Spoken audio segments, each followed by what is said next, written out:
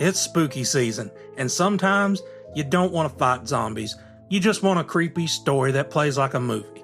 So, here's every supermassive horror game ranked.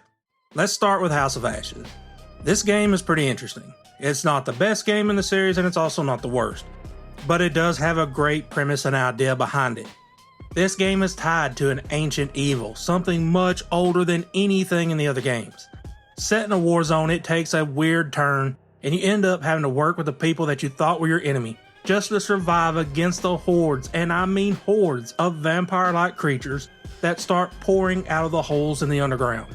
It's creepy, and it's a bit more action-packed than the other games in the franchise, but like I said, it's not the best. So for now, I'm thinking we just put it in B tier, and we change it around if we need to. Next up, the original, Until Dawn. They nailed this game. It was truly brilliant. It used the Horizon Zero Dawn engine, which they have sadly now abandoned for Unreal Engine 5, and that makes the new remaster kind of suck and run like crap. This game took a long time to make. It started out as a move project, then it got changed over and over again until it evolved into this incredible adventure. Out of all of the games here, I think this has the best choice system. It has a great twist and a double plot story, and it helps to create confusion about what's going on.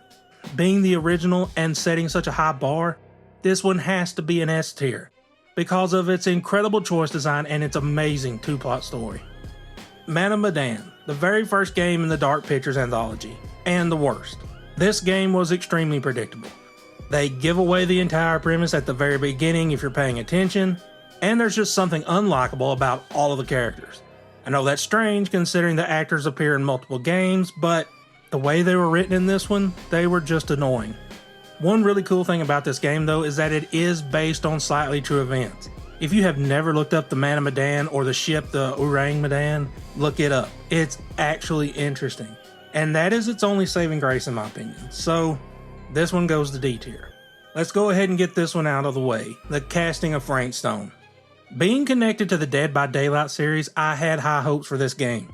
But it was made on Unreal Engine 5 and it had a lot of stutter and frame rate issues. It also had a weird bug at launch that when you turned on film grain, the performance got even worse. I have never seen that before.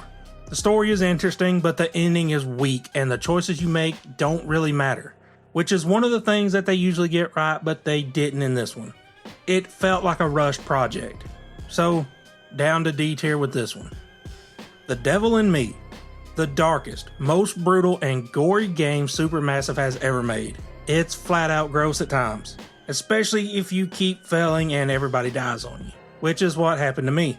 This one is also tied to historical events. Somebody has rebuilt the H.H. Holmes murder house, and that's the entire premise. They go there to get footage for a TV show, and of course it's run by a madman who starts taking them out one by one. It's brutal.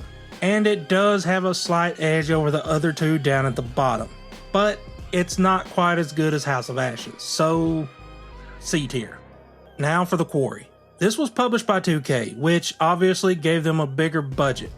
This game had a huge cast of characters and it shows. The acting is much better and the graphics are significantly better than any of the other games. While the story is pretty decent, the best thing about this one is all of the features and options that they added in. You can watch the entire game as a movie, where you can either let everybody die, let them live, or you have a director mode, where you can choose the behaviors and watch the random chaos unfold. But there is one big issue, and it's a strange one. This is the longest game that they have made. Just watching the movie alone is around 6 hours, and in my opinion, for a game based on choices and seeing different outcomes, that length hurts its replayability. So, I think we gotta move some things. The Quarry is better than The Devil in Me, but it's not as good as the House of Ashes. So let's move House of Ashes up to A tier, and the Quarry goes down to B tier. And then that leaves us with one last thing, Little Hope. I think that this is the best game they have made besides Until Dawn. And I actually think it's a little bit better. The story of loss, tragedy, and the complete brokenness of the character, and the incredible twist that happens at the end, it's just masterfully done. I'm not going to spoil this one.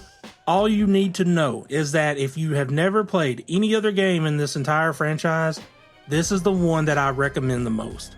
It has to get an S tier. It's right up there with Until Dawn, and like I said, a little bit better with its twist and story. So there you have it, my tier ranking of the Supermassive horror games. What do you think? Did I get it right? What would your ranking be? Put it down in the comments below, and would you kindly leave a like and subscribe, and I will talk to you all later.